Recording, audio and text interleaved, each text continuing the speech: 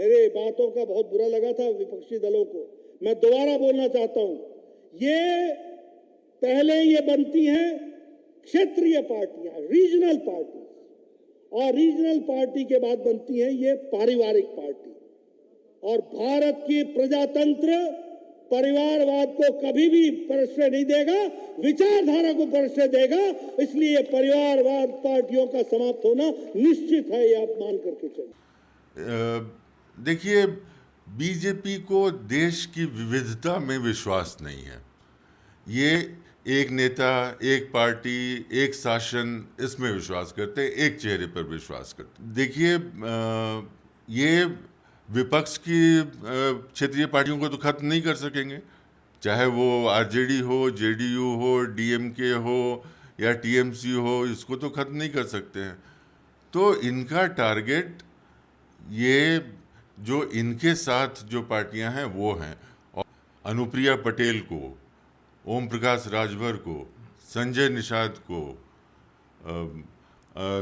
चिराग पासवान को, जीतन राम मांझी को, पशुपति पारस को, इन लोगों को ये सोचना पड़ेगा कि आप वैसी पार्टी के साथ जुड़े हैं और राजनीति कर रहे हैं जो आपका भविष्य, आपको खत्म करना चाहते। नमस्कार, मैं हूं देवांशु, आप देख रहे हैं न्यूज़ फॉर नेशन। बीजेपी के राष्ट्रीय अध्यक्ष जेपी नड्डा पटना के दौरे पर थे और पटना के ज्ञान भवन में एक कार्यक्रम था उनका, और इस दौरान जेपी नड्डा जो है वो खूब दहाड़े हैं, नीतीश पर भी बोले हैं और लालू प्रसाद यादव पर भी उन्होंने तीखी प्रतिक्रिया जो है, वो तीखा जो बयान है उन्होंने दिया। लेकिन अहम बात ये कि उन्होंने रीजनल पॉलिटिकल पार्टियों को लेकर भी एक बड़ा बयान जो है जेपी नड्डा की तरफ से आया है। हम उस पर विस्तार से बात करेंगे। हमारे साथ बात करने के लिए आरजेडी के राष्ट्रीय प्रवक्ता करुणा सागर जी होंगे। कैसे देखते हैं, जेपी नड्डा ने कहा कि रीजनल पार्टियां जो हैं आने वाले वक्त में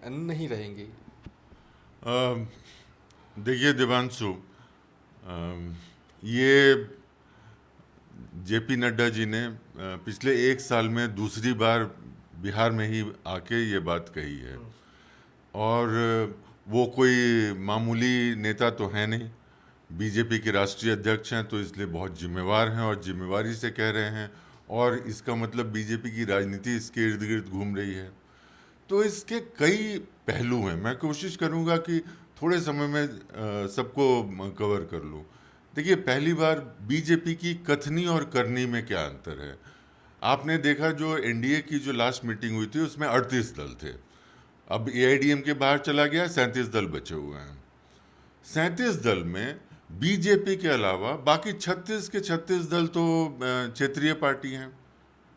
तो आप एक तरफ कह रहे हैं कि आप क्षेत्रीय पार्टियों को खत्म करना चाहते हैं, इसका मतलब आपका पहला टारगेट आपके एलाइज हैं। तो ये हुई।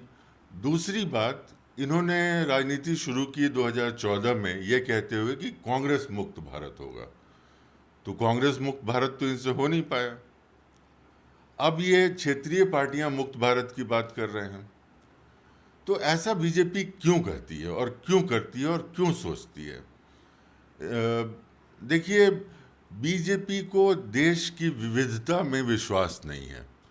ये एक नेता, एक पार्टी, एक शासन, इसमें विश्वास करते हैं, एक चेहरे पर विश्वास करते हैं। जबकि हमारा देश विविधताओं से भरा हुआ है, और क्षेत्रीय पार्टियां इसीलिए मजबूत हैं क्योंकि वो इस देश की विविधता का जवाब हैं। वो जनता से ज़्यादा जुड़ी हुई हैं और अब जनता के मांगों को ज़्यादा मुखर होकर उठाती हैं, जो एक राष्ट्रीय पार्टी नहीं कर सकती है। अब इसका राजनीतिक पहलू ये है कि अगर आप चुनाव के आंकड़ों को देखिए तो बीजेपी का स्ट्राइक रेट क्षेत्रीय पार्टियों के सामने बहुत खराब रहा है, इनका प्रदर्शन हमेशा खराब रहा है, और इसलिए इनकी ये डर है कि अगर क्षेत्रीय पार्टी मजबूत होंगी तो इनकी जो राजनीतिक जो इनको लाभ मिलना चाहिए वो नहीं होगा। तो आज देखिए, ये विपक्ष की क्षेत्रीय पार्टियों को तो खत्म नहीं कर सकेंगे, चाहे वो आरजेडी हो, जेडीयू हो, डीएमके हो या टीएमसी हो, इसको तो खत्म नहीं कर सकते हैं।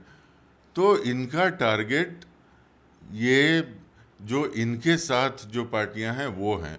और आज अनुप्रिया पटेल को, ओम प्रकाश राजभर को, संजय निषाद को, चिराग पासवान को, जीतन राम मांझी को, पशुपति पारस को, इन लोगों को ये सोचना पड़ेगा कि आप वैसी पार्टी के साथ जुड़े हैं और राजनीति कर रहे हैं जो आपका भविष्य आपको खत्म करना चाहती है।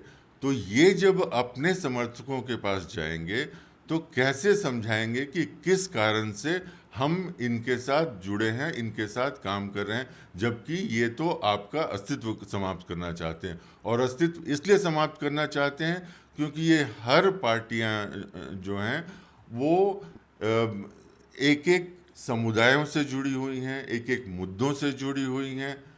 तो बीजेपी चाहती है कि पूरे देश में जो उनको लोकतांत्रिक प्रक्रिया में बहुत ज़्यादा विश्वास तो है नहीं, तो इसलिए वो उनको लगता है कि ये जो पार्टियां हैं उनके भविष्य की राजनीति के लिए खतरनाक है, और इसीलिए नड्डा जी बार बार ये बात कह रहे हैं। अच्छा, इस बार भी दोहराया गया कि 40 में से 40 सीट जो है वो लोकसभा चुनाव में बिहार से बीजेपी वाले जीत रहे हैं। ये प्लानिंग पर जो है वो बीजेपी जो है वो काम कर रही है, एक सीट भी छोड़ना नहीं चाहती। इतना मतलब स्ट्रैटेजी के तहत लोगों को बताया जा रहा है। देखिए, सपने तो कोई भी देख सकता है, और सपने देखने का अधिकार सपना है, पूरा नहीं होगा बीजेपी का। इसका जवाब तो हमको लगता है कि हमसे बेहतर आप दे सकते हैं, क्योंकि आप पत्रकार हैं और आप लोगों से मिलते हैं, और अभी बिहार की जनता का क्या मिजाज है और बिहार में किस तरह की बातें हो रही हैं। और बीजेपी के नेताओं की ये हालत है कि वो अपने क्षेत्र में जाने में असहज महसूस कर रहे हैं। वहाँ क्षेत्र में जनता जब उनसे सवाल कर रही है तो उनके से जवाब नहीं बन पा रहा है।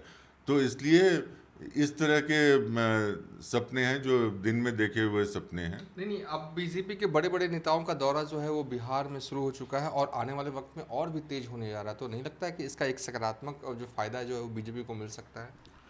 देखिए, जब अपने कार्यकर्ताओं को एकदम मोबिलाइज किए हुए हैं, आप जब बहुत ज़्यादा दौरा करते हैं ना, तो ये आपकी हताशा को दिखाता है, आपके भय को दिखाता है।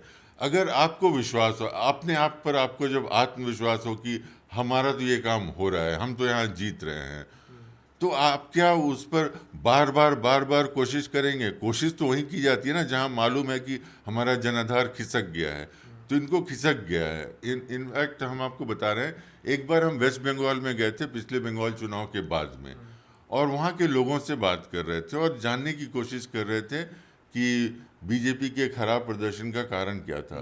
तो उन्होंने कहा कि जिस तरह से बीजेपी ने जो प्रचार किया था और सैकड़ों नेता और लाखों कार्यकर्ताओं को उतार दिया था, वहाँ उससे कहीं ना कहीं बंगाल के लोगों की स्मिता को और जिस तरह की भाषा का प्रयोग प्रधानमंत्री जी ने किया था मुख्यमंत्री के लिए, तो उन पे बूमरैंग किया है। तो अगर ये जो आप बार बार करते हैं ना, तो वो बूमरैंग होता है। आप इस समय जाके देखिए मध्य प्रदेश और राजस्थान की रैलियों में इंडिया गठबंधन के नेता जाते हैं, 15 मिनट के नोटिस पर मैदान भर जाता है, पुल भर जाता है, पुलिया भर जाता है, पेड़ों पे लोग आ जाते हैं, और प्रधानमंत्री, गृह मंत्री, बड़े बड़े इनके नेता जाते हैं, सीटें खाली हैं, और इसका वीडियो का प्रमाण मीडिया ही दिखाता है। मैं तो मीडिया के माध्यम से ही देखता हूँ। तो इसलिए बार बार जाने से कुछ नहीं होता है। होता है कि आपकी राजनीति क्या है, आपका संदेश क्या है, आप लोगों को क्या बताना चाहते हैं, क्या दिखाना चाहते हैं, अपने पिछले जो कार्य हैं उसके बारे में आप क्या कहने के लिए आपके पास है, और भविष्य में जनता से जुड़े हुए, उनके भविष्य से जुड़ी हुई क्या चीज़ें आपके पास हैं। तो बीजेपी न इस समय अपने किए हुए कामों को दिखाने के पोजीशन में है, क्योंकि कुछ हुआ ही नहीं है, समाज का हर वर्ग दुखी है, और आगे के लिए इनके पास कोई रणनीति नहीं। चलिए, ये थे आरजेडी के राष्ट्रीय प्रवक्ता करुणा सागर। फिलहाल अभी तक के लिए इतना ही। आप देखते रहिए न्यूज़4नेशन।